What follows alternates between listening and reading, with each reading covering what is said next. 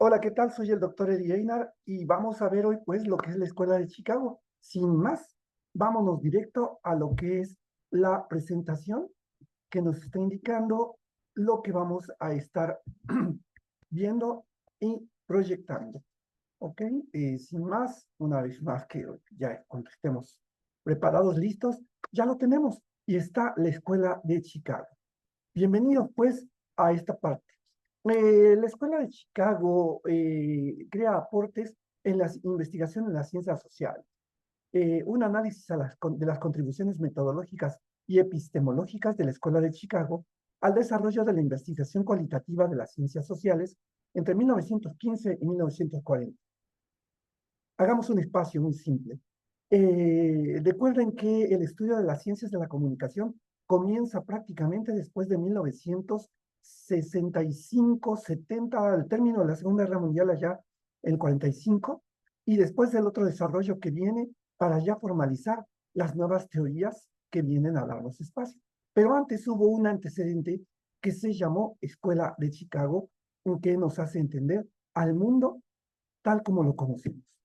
Entonces, en 1892 se funda la Escuela de Chicago precisamente por John D. Rockefeller, un gran capitalista, un gran inversionista, y se decide que en esa universidad, más adelante los pensadores que van a llegar, la van a utilizar esa ciudad como un laboratorio de estudio. Chicago crece exponencialmente, alcanzando más de 1.100, de 1.100.000 habitantes, la ciudad de Chicago, con el 50% de personas nacidas fuera de los Estados Unidos. Es decir, Chicago se crea como una ciudad llena de inmigrantes y que va a ser el caldo de cultivo para esta nueva experiencia. A partir de 1915 y hasta 1940, hubo profesores y estudiantes que se desarrollaron en la investigación de las ciencias sociales. Así, por ejemplo, encontramos que las características principales de esta escuela son la sociología urbana, que estudia íntimamente a la delincuencia, la inmigración y el crecimiento desproporcionado, que posteriormente va a dejar espacios incluso para estudiar, por ejemplo, a la Ciudad de México, entre muchas otras. Está la investigación empírica, que es una investigación que se aleja de lo tradicional, se aleja de la moral, busca producir conocimientos científicos útiles. Y la observación participante, es decir, nosotros nos colocamos en un punto donde desde nuestro espacio, nuestro balcón, vamos a observar, pero vamos a participar de lo que está sucediendo para poder trasladarlo y subirlo hacia libros y formas de investigación que van a tener. Uno de los casos en este punto es en la Ciudad de México, el sociólogo Oscar Luis, que escribe Los hijos de Sánchez, una visión de las colonias periféricas, de los lugares periféricos, cinturones de miseria, y el cómo interactuaban esas personas en toda esa parte de la ciudad, donde todos se integraban como un solo espacio alrededor de una figura paterna, materna, y de ahí se desarrollaban todo. Es un libro muy interesante que después deriva en una gran película, Los hijos de Sánchez. ¿Cuáles son las influencias metodológicas de la Escuela de Chicago? Bueno, la primer lugar es a la antropología con Luis Henry Morgan, Franz Boas, Bronislaw Malinowski, que adoptan, que aportan los métodos etnográficos, es decir, desde dónde vienen las personas, si vienen de Polonia, si vienen de Italia, si vienen de Alemania y cómo se van a integrar.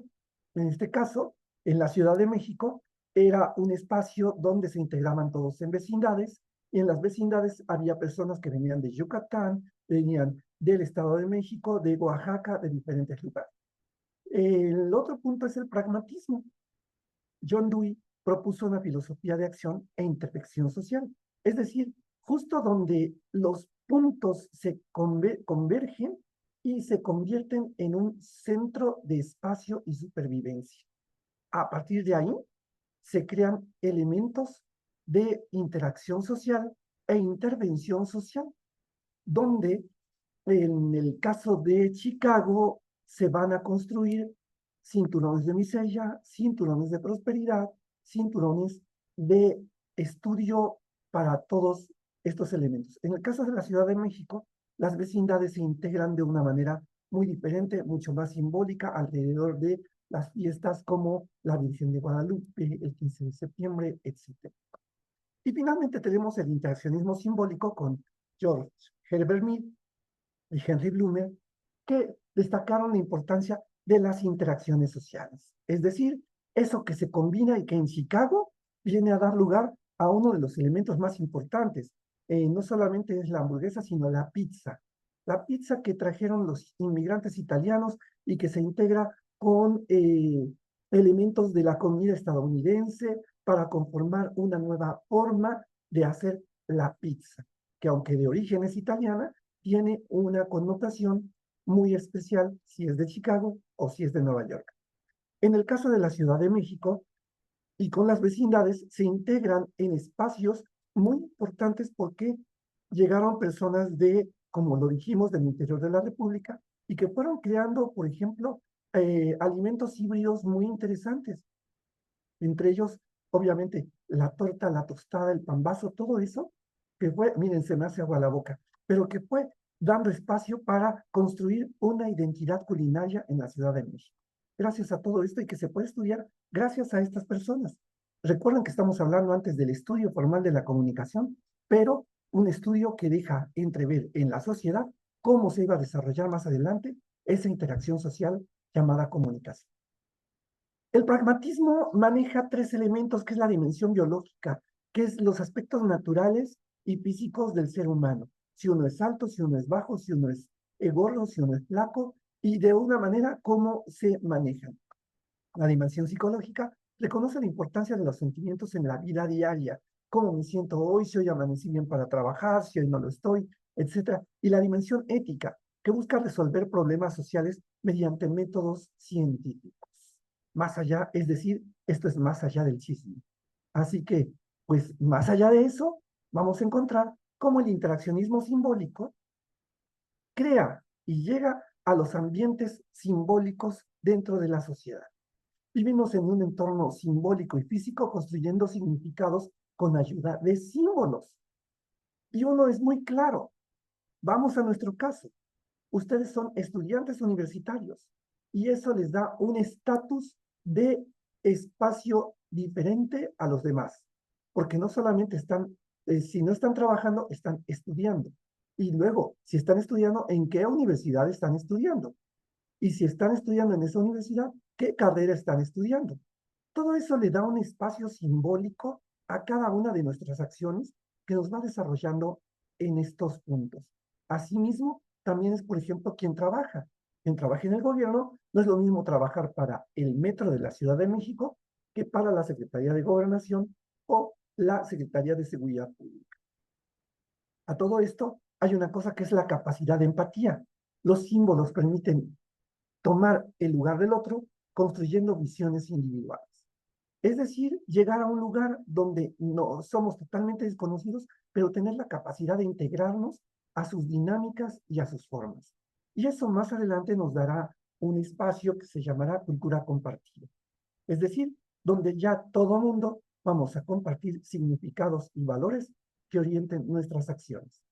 Esto mismo se podría desarrollar hoy en las nuevas construcciones y edificaciones que están en la Ciudad de México, como por ejemplo espacios tan significativos como Mítica, la Torre Mayor o todos esos, que hay personas que de pronto dicen, es que mi hijo trabaja en Santa Fe, wow, es como decir trabaja en Estados Unidos, en Alemania o qué, cuando a lo mejor una persona que trabaja en el centro de la Ciudad de México o en algún lugar menos mejor dicho, más populoso, puede ser que esté ganando más dinero que incluso el que vaya. Pero son los significados y los valores que le damos cada uno a nuestro espacio. Las investigaciones más emblemáticas son estos tres libros que tenemos a continuación, de Gang, de Frederick Treacher, que estudia a las bandas juveniles del Chicago de los años 20, a El Gueto, de 1928, de Louis Wirth, que estudia y desarrolla el gueto judío, que el gueto judío es un espacio de personas inmigrantes que llegaron a este lugar, pero que solamente siguieron con sus costumbres, con sus espacios, y no permiten que nadie entre. pero no permiten que nadie salga.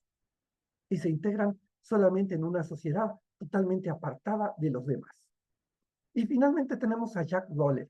Clifford Chance siguió durante 6 años a un joven delincuente, de quien escribió su autobiografía y lo llamó The Jack Rowler. Es decir, estas 3 opciones son espacios para construirnos dentro de los guiones cinematográficos, los guiones televisivos, y ver qué posibilidades hay al estudiar a la sociedad. El declive y resurgimiento, bueno, en 1935 hay una gran rebelión entre el paradigma cualitativo y cuantitativo en la Sociedad Americana de Sociología, que enfrenta a defensores y ofensores de esta serie de enseñanzas, de esta serie de escuelas, y que no terminó absolutamente nada bueno, simple y sencillamente dejó espacio para que llegara la sociología cuantitativa a imponer su hegemonía con figuras como Parsons, Merton y Lazarsfeld, que también ellos definieron que era más la cantidad de los espacios que había que estudiar. Finalmente hay un resurgimiento por ahí de los años 60, ya con los medios de comunicación actuales como televisión, como el cine más desarrollado, como la radio, que interpretan nuevos enfoques metodológicos, ya que la comunicación había cambiado y ya no era nada más la prensa tradicional y atención, el cómic tradicional. Ya eran otros tiempos.